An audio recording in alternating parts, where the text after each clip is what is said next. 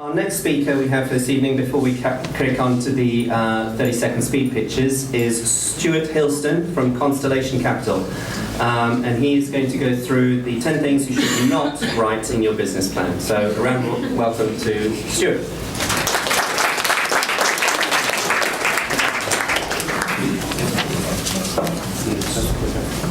Hello. So you're going to find out I've only got one slide, and they're the 10 things you don't need to write in your business plan. So thank you very much. It's been a pleasure speaking to you this evening. Of course, what you really want to know is what should you say instead. Okay.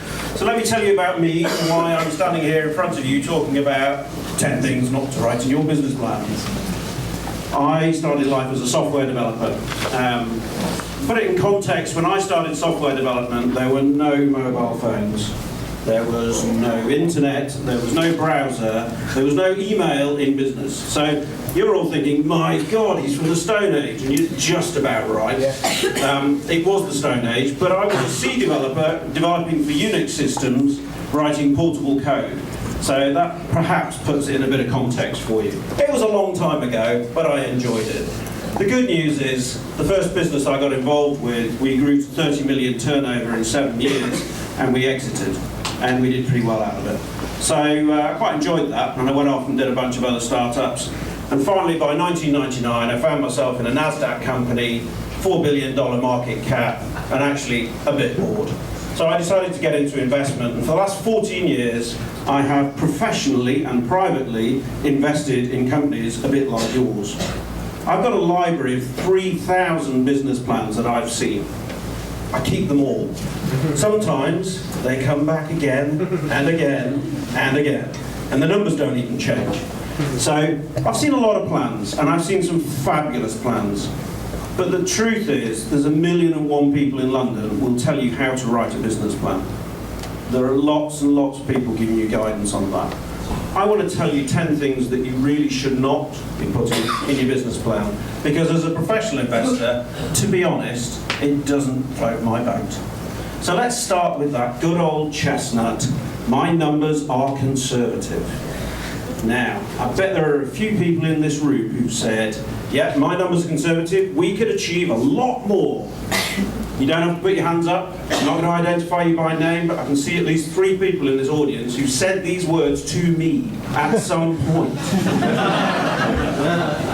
You know who you are. So why don't we say this? Well, let me tell you what I as an investor hear when you say, my numbers are conservative. What I hear is, I'm not confident enough in my business to tell you what it could really achieve. But at the same time, I know you're going to be disappointed with what I'm going to tell you. So I'm going to allude to some huge, big number that could happen, but I'm not going to commit to it. So this is a bit of a problem, isn't it? You want to kind of tell me, yeah, Mr. Investor, this could be enormous business, but no, I'm not confident enough to do that. So I'm going to tell you this number, which I think is safe and will attract your attention, and try and let you fool yourself into believing it's going to be massive. Well, let me tell you, that doesn't work. But let me tell you the solution, and it's remarkably simple. When you put your business plan together, you've got a pretty good idea how much money your business can make. And all you need to do is say, this financial forecast, this forecast of sales, this forecast of profit is realistic. Lovely word, realistic. It's realistic based on where we are today, what we expect to happen, and how much resource we've got. It could change. It will change. I mean, I guarantee you, your business plan that you write is exactly what's not going to happen. You know that, I know that. We're all going through a little game here where you're trying to convince me it's exciting and you want me to write you a check. And actually, let's be honest, I want to write you a check, because an investor who doesn't write checks isn't an investor, they're a banker. And we know what we think of bankers, right? So, say realistic. That's your word of the moment, okay? So the next big no-no, how many of you actually have got a business plan? And how many of you got, keep your hand up if it's just a deck, rather than, you know, a proper, okay, so just a few. So this actually applies regardless of whether it's a deck, a business plan, a PDF, a video, it really doesn't matter. I hate to tell you this, but as an investor, the product is interesting, but it doesn't excite me half as much as it excites you. I know it's important, I know it's your baby, I know you've nurtured it through illness and long and hard times, and that's great. But actually, it's a vehicle for you and me to make money. We're going to make money from your product. Not just this one, but the next one and the one that comes after it, because you get it right the first time, you can keep getting it right. So I'm really interested in the product. I'm particularly interested in the product and the problem it's solving. I'm very interested in why people are going to pay you for it, but I really, really do not need your complete set of product data sheets. And yet, I can give you an example of one business plan. It's a Word document, 147 pages of data sheets for the product in the business plan. How many of those do you think I read? I'll give you a start. 0. None. I don't read them. I don't need to read them. I want to know how you're going to make money. So it's kind of a waste of time putting it all in there. It's not particularly relevant. Exactly. Is the business plan always a waste of time, or can it be a waste of time? Some business plans are superb. Absolutely superb. But I'm here to talk about what you shouldn't put in. So if you take out all these bits, what's left should be good, shouldn't it? Isn't that the way it works? So, how many of you have used this expression? My exit is a trade sale or flotation in 3 to 5 years. Come on, be honest. Well, not that many of you. How many of you heard it from someone else? See, quite a few of you now. So we hear this all the time as investors. And is it a bad thing? No, not particularly. So why do I say don't put it in your business plan? Well, the answer is it's not original. Everybody says that. In fact, I could cut and paste those words out of every single business plan I see and put them in every other one. Because it's pretty much true in most businesses, that's how you're going to exit. There is a third kind of exit, which is called a management buyout, which is where the management believes in the business so much that they go and borrow the money to pay the investors off. And that's a cracker. If you really think that's something you can do, saying that to an investor says, look, we know you want an exit, but we want to stay with this business for the long term. So we're going to borrow the money, continue running the company, and get you out of the picture. You get a return, disappear over the sunset, and we carry on with our business. So an MBO is a good one. But what if you can't say an MBO? What if you're going to say trade sale or float? Well then, identify which market you're going to float on. Identify similar companies to yours that are floated and what valuation. If you're going to trade sale, tell me who you're going to trade sale to and why. So don't just put trade sale or float in 3 to 5 years, put some detail around it, put some meaning to it. There's another favourite of mine.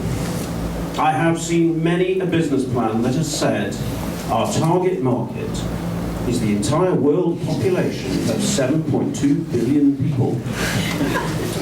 But actually, we only need to sell our app to 0.0001% of them, and we'll make 57 squillion pounds. Yeah, right. That's how it works, isn't it? But what if you're out by 0.0001%? You now don't have a business. Well, you could be double the size, but more likely you don't have a business. The truth is, here's a trick question for you. How many first customers do you have? Anyone? Bueller? 1. Thank you. How many second customers do you have? 1. Some people say 2. The correct answer is actually 1. You build a business from the ground up. I bet most of you know where you can get your first customer from, if you haven't got them already. And your second, and your third, and your fourth, and fifth, and so on. You demonstrate to an investor how you're going to do that, and how you're going to build up your sales. That's a much more interesting story than I need 0.01% of a very large number. Because actually that just says you don't know how you're going to get it. You're just going to get a shotgun and try and shoot someone, you know, in a crowd, basically. Not literally, by the way. Don't recommend that. Not good in your business plan. So next one is competition. How many people here have got a business with no competition? Oh, fast learners. So why don't we say no competition? So here's what we as investors know about someone who says they've got no competition. Number one, they don't know their market. Number two, it's not a viable market. There's no competition because everyone's recognised it's not viable. Number three, you are actually right. You have no competition. That means you are the pioneer in the market. So I, as an investor, would desperately encourage another investor to invest in you so that you can blow all his money working out how to do it properly, and I can then invest in the second company in your marketplace, and we won't make your mistakes. And if you think that's a joke, Google was the fourth of the big search engines. It was not the first, second, or even the third. And how many of you here remember Alta Vista? I rest my case. So, 10-page CV. Well, if you've got a 10-page CV, you're probably my age. So what on earth are you doing? You should be an investor by now. But let's just assume for a minute that you did a lot of degrees or something, and you genuinely have a 10-page CV, or you're writing in a 50-point font. One or the other. It goes in the same category as product brochures. Okay? All I want is a short bio. Now, I can tell you the story of a businessman that I did some fundraising for a few years ago, who wrote in his bio, Nick has 35 years experience. That's what he said. And it was factually correct. And I turned to him and I said, well, Nick, that tells me that you are 55 years old. And he said, how do you know that? Because most people start working at 20, Nick. So if you've got 35 years experience, you're 55. What it doesn't tell me is anything that you've done that is relevant to my investment in your business. So a bio that says, this is what I've done that's relevant, could be a couple of paragraphs long, is perfect. If I really want your CV, I'll ask for it. If you think it's really special and gold-plated, put it in an appendix. I probably won't read it. Anyone here ever use the words guaranteed return? How many people here have heard of FSMA? FSMA. How many people here are directors of a business? Did you know that if you raise money as a director of a business, A, you are legally liable for the statements that you make unless you qualify them, and B, it's a criminal offence and you can go to jail for 2 years. Aha. Yeah. Guaranteed returns you can be sued for. Okay? I, as an investor, I'm probably not going to sue you, unless you've got loads of money, in which case I will sue you, because then I get richer and do more investment. The truth is, don't guarantee a return. You can't guarantee that. I don't want you to guarantee it. Don't use those words, ever. When we look at a financial plan, we discount on a compounded basis every year forward from now. So we take your numbers, and next year's, say this coming year's numbers will discount by 20%, and next year's will probably discount by about 45%, and the year after will discount by 75%. And then when you get into your J-curve or hockey stick, by that point I'm already discounting by 95%, and by year 5 I'm discounting by 100%. In other words, I don't believe anything you tell me after about year 3.5. So if you put all your effort into a 10-year financial projection, I discount everything after 3.5 years to 0 and ignore it all. You don't need to do that. In fact, if you're genuinely a startup, you probably only need to put any real effort into the first year, because that, of course, is the critical one. Whenever I say, someone's got his hand up, can we do questions at the end or now? At the end? Whatever is. Okay, do you want to ask a question now? Yeah, what if you're planning a new technology and you need a long development phase? You're not going to have revenues. If you're not going to have any realistic revenues for 3 or 4 years, then I'll accept that you might need to do a longer plan. but that's very rare. And I'm working with an X-ray technology right now that is about, I'd say it's about halfway through its development cycle. So we've got 2 years until we generate revenue, and we've only got a 2-year financial forecast in that. The financial forecast any further than 3 years out is an absolute guess. You know, we could all be underwater by then. It'd all look like the Somerset levels around here. No one knows what it's going to look like. So you don't need to go too far out. But I'll accept if you've got a very long lead time on your technology, then you might need to do a little bit longer. Whenever I say don't put huge salaries for management, I get one question and one question only. What's a huge salary? I'm going to tell you a huge salary. I saw a business Tuesday of this week. It is a nice little business. It's turning over about £3 million, thereabouts. And the current management are paying themselves £160,000 each, and there are 4 of them. Now, they want me to invest in their business, and I'm looking at this saying you're just about break even, and you're spending £500,000 a year on your salaries. Didn't see what kind of cars they're driving. I bet they're sweet. How does that help me generate a return? I can tell you £160,000 a year in a business at that stage is too much. In a startup, I would suggest to you that it's very important to me as an investor that you are not stressed about paying your bills. It's not my fault if you bought 4 Bentleys and live in some gold-plated mansion up on Bishop's Avenue. I'm not going to support that. But you should not be stressed about paying the mortgage, about eating. You really shouldn't. You need to earn enough money that you can get on with building the business. That's the most important thing to me. I'm backing you to take my money and turn it into more money. And if all you do is worry about how you're going to eat, how you're going to pay your mortgage, how you're going to pay your electricity bill, that's not good for either of us. By the same token, you in your own mind know what is excess in your salary. For the sake of argument, if after tax you need 3 or 4 grand a month, no one's going to call that excessive. But if you're in there saying, I need 6 or 7 grand net in my pocket every month, I'm going to question that. I really am. So I can't give you a definitive answer, but I know what an excessive salary looks like. I have one. So, final one. Okay, typos. Now, I'm not really mean about typos in business plans. I know people who ring them in red and send the plan back to the entrepreneur. I am not one of those people. Mostly because I can't type for toffee. So everything I type has a typo in it. I can hardly accuse anyone else of making a mistake.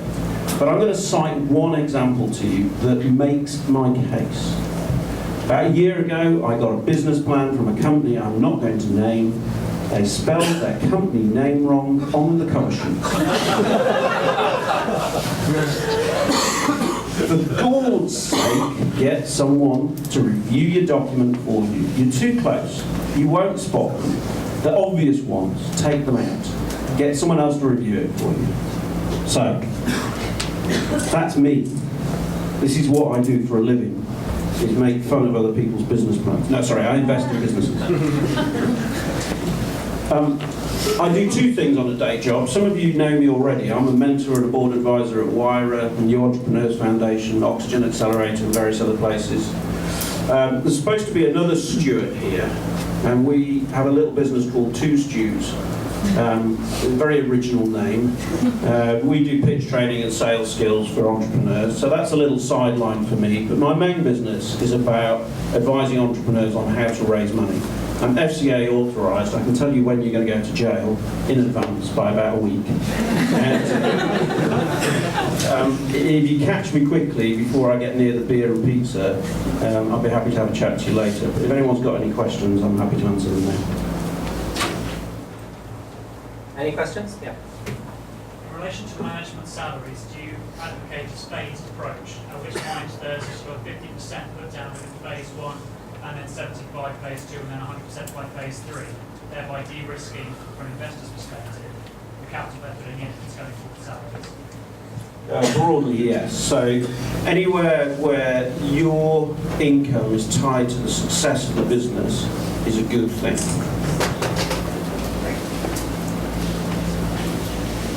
I know you've talked a lot about how to write a business plan if you're looking to attract an investor, but what if you're doing social enterprise or a not-for-profit? How would your business plan differ? Okay, so that's a good question. Yeah, so the question was, I've been talking about how to write a business plan, actually I've been talking about how to not write a business plan. How would that differ in advice terms for social enterprise? And I'd say there's only one key thing that makes a social enterprise business plan obvious, which is stating exactly what that social remit is and stating that it's embedded in the Articles of Association or somewhere else in the remit of the business and the way it operates.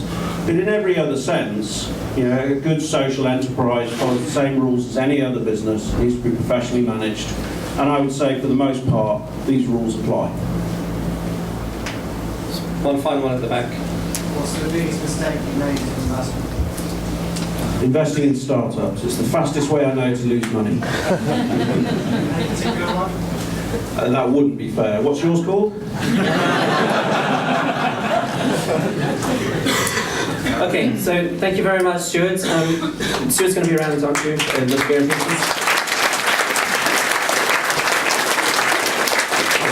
All right, well, thank you very much, everyone. Before we break for the pizzas, just a couple of last-minute announcements. Can I just quickly get the developers just to stand up real quick? There we go. All right, entrepreneurs, here you go. All right, these are the guys you want to come speak to. So we run this event every month. It's the second Tuesday of every calendar month that we run this here at Google Campus. As Natalie said, we'll be also running this on a bigger scale at Internet World in June. Any questions about the event or what we do real quick before we break? No? Did I miss anything? We get it. We have to say anything else? Cool. All right. Enjoy. Thank you very much.